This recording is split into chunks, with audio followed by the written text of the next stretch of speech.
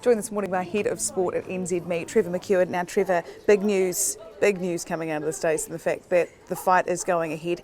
I want to get an idea from you how it all unfolded, how Joseph Parker finally got that fight against Ruiz. Yes, big breaking story indeed, Laura. Started really, the WBO, World Boxing Organisation, they have an annual convention. It's happening now in Puerto Rico. Dean Lonergan's up there representing Duco and Joseph Parker, of course, and he's trying to strike a deal with Andy Ruiz's promoter, Bob Arum, to make this fight happen. But the WBO needed to sign off on it.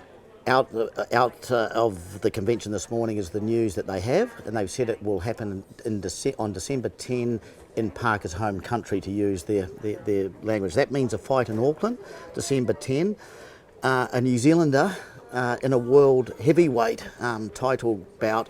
That's huge for New Zealand sport. This is absolutely massive. Massive for Auckland, massive for Duco events, massive for Joseph Parker. Could there be an argument that it would be the biggest sporting event New Zealand's ever seen, or one New Zealand has been a part of, perhaps? There'll be a lot of people that feel that way, and they will say that the counter to that is there are four organisations that claim a heavyweight belt as a world title. This is only one of four.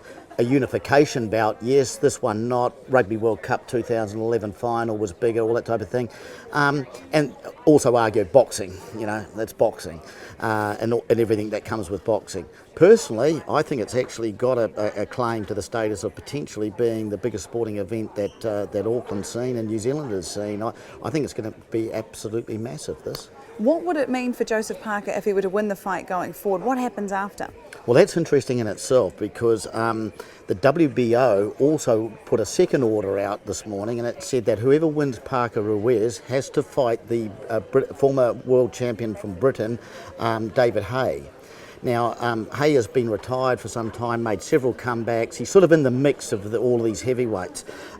So Parker, if he was to win, may have to put his first defence up against David Haye. But equally, Tyson Fury, the guy who vacated the WBO belt and other belts because of his cocaine and mental health issues and all that type of thing, he has got these organisations to agree that when he is ready to fight again, he gets the first fight. So it could be that Parker, that he could jump in even ahead. If Parker was to win, he could jump in ahead of Haye. Then there's the whole unification thing. If Anthony Joshua was to beat Klitschko, and like the heavyweight division hasn't been like this for a long time, Laura. I mean, it's a really exciting division. There's 5 or 6 really interesting personalities all right up to it. It's wide open. We've got a Kiwi in the midst of it, unbeaten. I'm personally pretty excited about this. I'm very excited. So we talk about Joseph Parker fighting on the 10th of December. That's not that far away. What will his camp be thinking right now? Would it be sort of panic stations? No, they'll be training for this. I think they've been training for this effectively since he beat Carlos Takam earlier this year. And